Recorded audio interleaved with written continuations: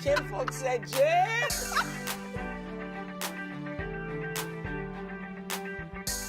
So welcome to Living Brave. Thank you for doing this with me. I'm going to do it. Yeah. So these are conversations about courage with people who I believe are living brave lives, who are inspiring me to be braver. And you're one of those people, so thank you. Really? So we'll start with that. All right. We're going to start with a couple of words that are really important to me and really important in my work. Okay. Definition for me. Vulnerability is? Being willing to express the truth, no matter what. The truth of who you are, the essence at your core of what you're feeling in any given moment. It's being able to open up your soul and let it flow so that other people can see their soul in yours. So this is the first question. I'm getting ready to start crying, so I don't know that this is good. Okay. Yeah. Give me an example from your life. Give me a specific thing that feels really vulnerable for you still, after all of your experience. What's still vulnerable for you? Not professionally or personally. Weight. Discussing weight, not having conquered the whole weight struggle, figuring out what to eat next, what not to eat. The whole balancing what it means to be a strong, powerful woman in the world, juxtaposed, trying to control what you're eating. Yeah, that's still a vulnerable space for me. So I think when people, because we've done work together, people ask me a lot of questions about you, and they tell me the stories they've made up about you. Oh yeah, really? Yeah, and they're, and I have stories too, but I've gotten to know you a little bit, and I know how dangerous stories are that we tell ourselves and about other people, especially when we're in comparison. I think people see you as someone who is fearless, who has no more fear, who has conquered it all. What do people not know about you in terms of struggles still to be brave? Are there still some struggles you have about being brave with your life? I've worked on the disease to please a lot. And as you've heard me say, that in 1989, I had a really big breakthrough with that, reading Gary Zukav's book on intention. So I started literally living an intentional life where I don't make any decisions unless I think about what is my true, pure motivation for doing it. Because I do recognize the law of cause and effect that says the intention informs even the cause. So that before you have an action, there is a reason for you taking that action. And the reason for the action is what's going to actually show up in your life on the other end. That's what's going to come back to you, that intention. So that helped me a lot with the disease to please, because I was always giving. And then I was always so thrown when people would come back and ask for more. And I couldn't understand why they were asking for more. Well, people ask for more because your reason for giving it is so that they think that you're nice. That's your real intention.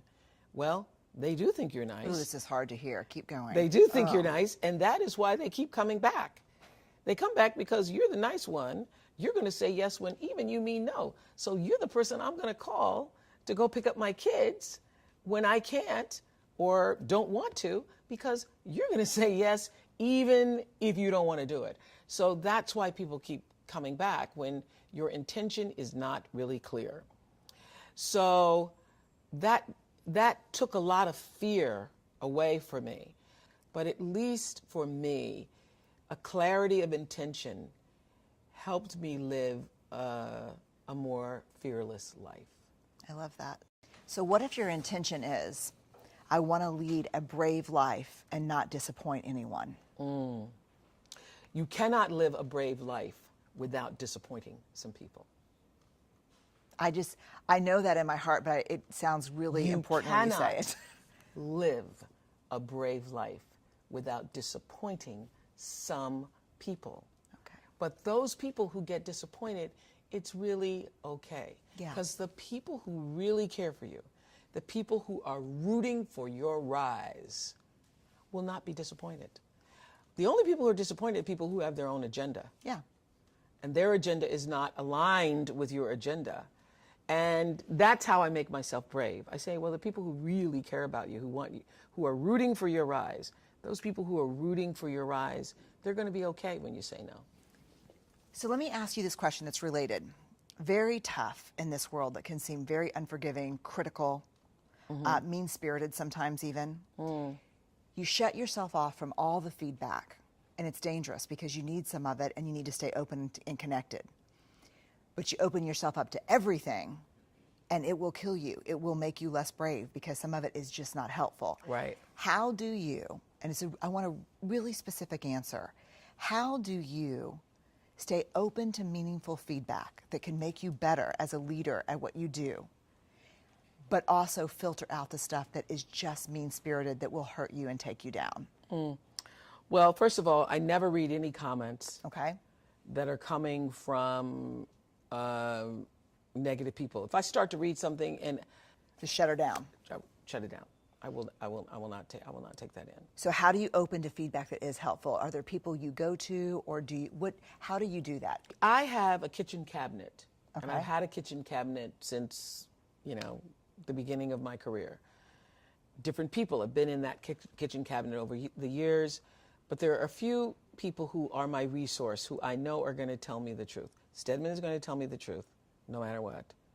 Hard or even hard truth? Oh, please. Okay. The harder, the truther. The harder, the truther. I got it. Okay. Bob Greene, my friend. Oh my gosh. Brutal sometimes. Okay. Brutal to the point of the reason why Bob Greene he's like my brother, but the reason why we remain friends over the years, he's the only person that's actually been so brutal with the truth he's made me cry, but is not afraid to tell me just the brutal truth. Okay. I have Bob Greene, I have Stedman, I have Gail, who are going to tell me the truth no matter what. These are your truth tellers. These are my truth tellers. I got a cabinet for sure, and I value them so much because they will tell me what I don't want to hear but need to hear. Yeah. And they'll love me through it, but And they'll this tell is me. the other thing. Your cabinet can go through all of those comments, because feedback is great, and you can get it immediate now. Your cabinet will go through, and they can share with you the things, even that are negative, but that are not mean-spirited. Yes. Yeah. So the physics of vulnerability, if you're brave enough, often enough, you're going to fall. Not you're going to risk falling, but you're going to fall. You're going to fall. Right. What has been one of your toughest falls? Oh, boy.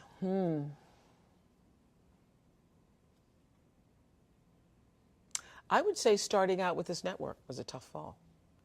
I'd come off the glory and the victory of 25 years of the Oprah Show, and was trying to put together the pieces of building a network without the right pieces. I really was trusting other people's ideas about how to do it, and it wasn't until I had the good sense to bring in my own team of people whom I'd been working with for the past decade, that things start to actually fall into place for me. But that was a real bitter, talk about not reading comments. I had spent 25 years of, sometimes you get negative publicity, and certainly had the tabloids and all of that to deal with. But I had never dealt with what felt like vitriolic, look at you, you've fallen, you're not on top anymore, you're not as good as you think you are.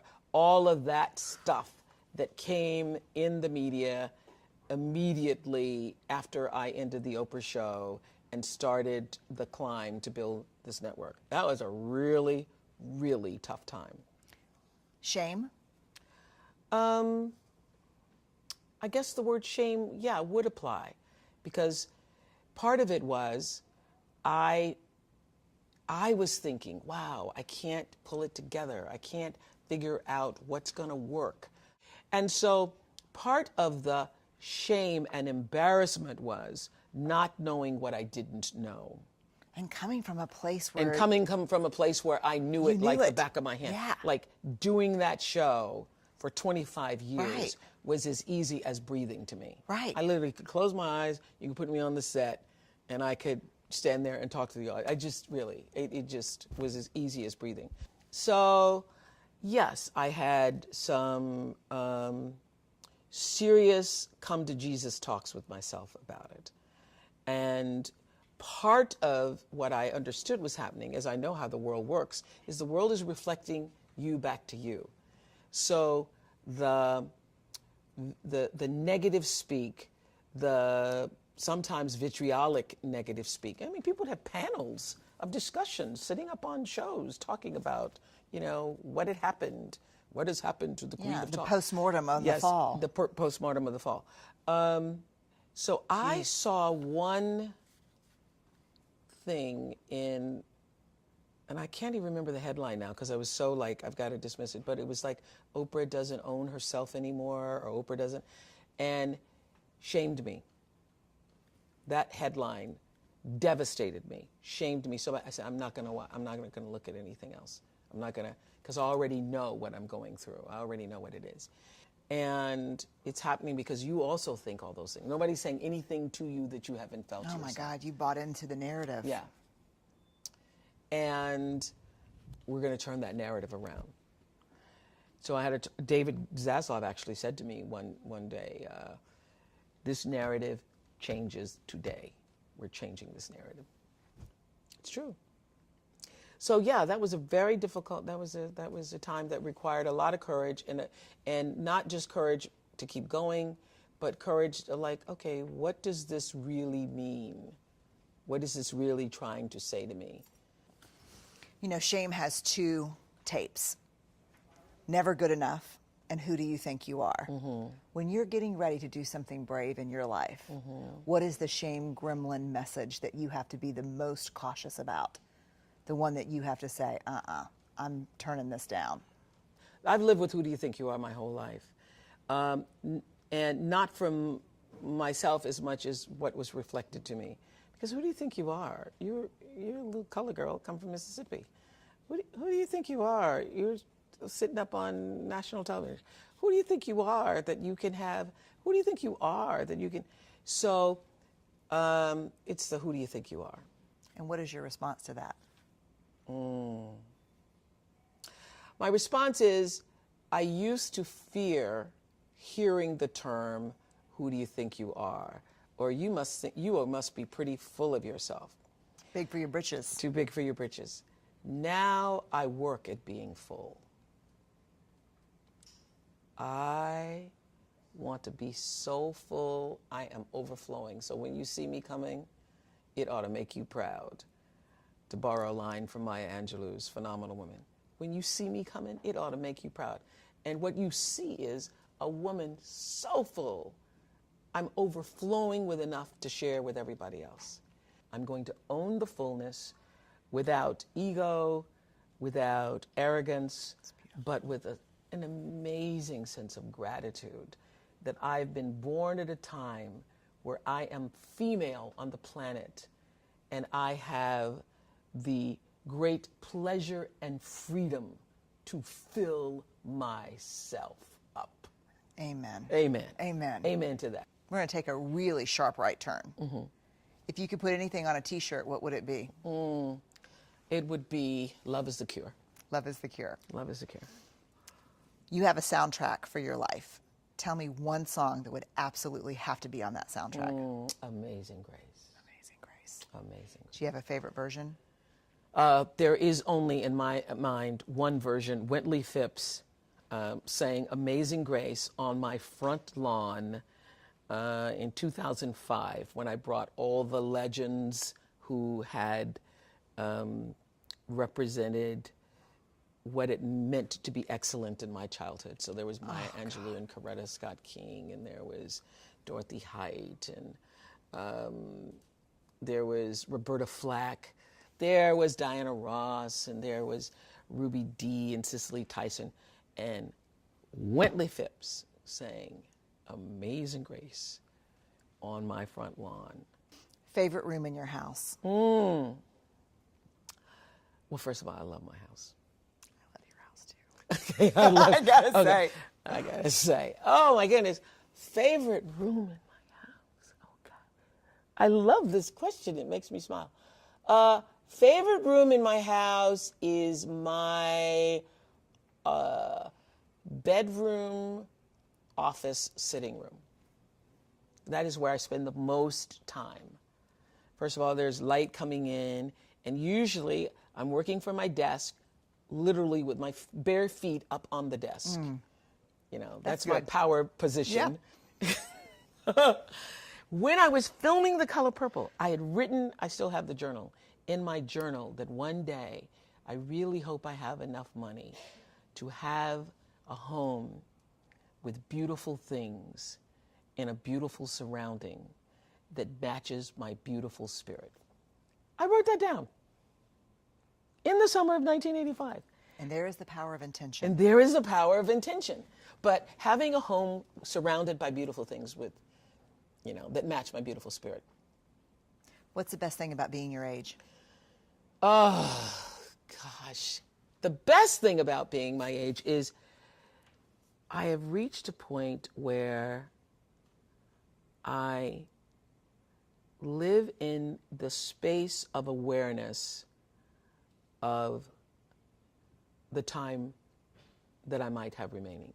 You know you have more time that you have lived, unless there's going to be some big DNA discovery, than you actually have to live. And so it makes the time that you have right now even more precious. And there's an awareness. And you know, one of the great things about, for me, doing interviews all these years on the Oprah Show and on OWN, was that I got to learn from other people's mistakes. So I paid really close attention to the stories. That's powerful. I paid really close attention. And I learned, you know, some people watch a lot of shows. I think probably Gail watched more shows than anybody because she would watch every day and exercise. But she saw every single day. Yeah. I was there every day. And I got to hear everything and everybody, all the theories and all the stories and all the layers and layers of dysfunction, along with people's victories and their triumphs. Oh, and, the wisdom. Wisdom. And I took it in. I was a student of it. I wasn't just a talk show host. I was a student. I became a student of life, other people's lives, and how to live well by listening to those stories.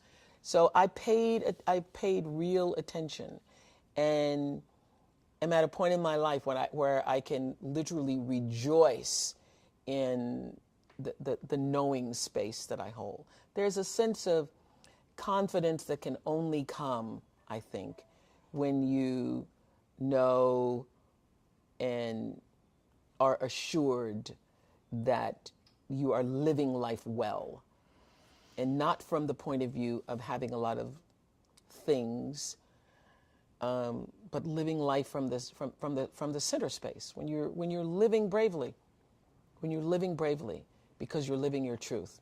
I mean, I really believe that we make up stories about other people's fearlessness, but there's not enough conversation about the falls and the hurt and the climb back up and the shame. And your show was one of the places where people had those conversations. Yeah, and it was during my show that I absolutely learned for sure, for myself, through other people's stories, that there really isn't any such thing as failure. And I could see the thread of, you know, courage that was required every time you fell down. I know. And I could also see that failure was just there to inform you to move in a different direction. It's just there to say, hey, not this way, over here, not over there, wrong place. And once I figured that out, it became easier to be braver.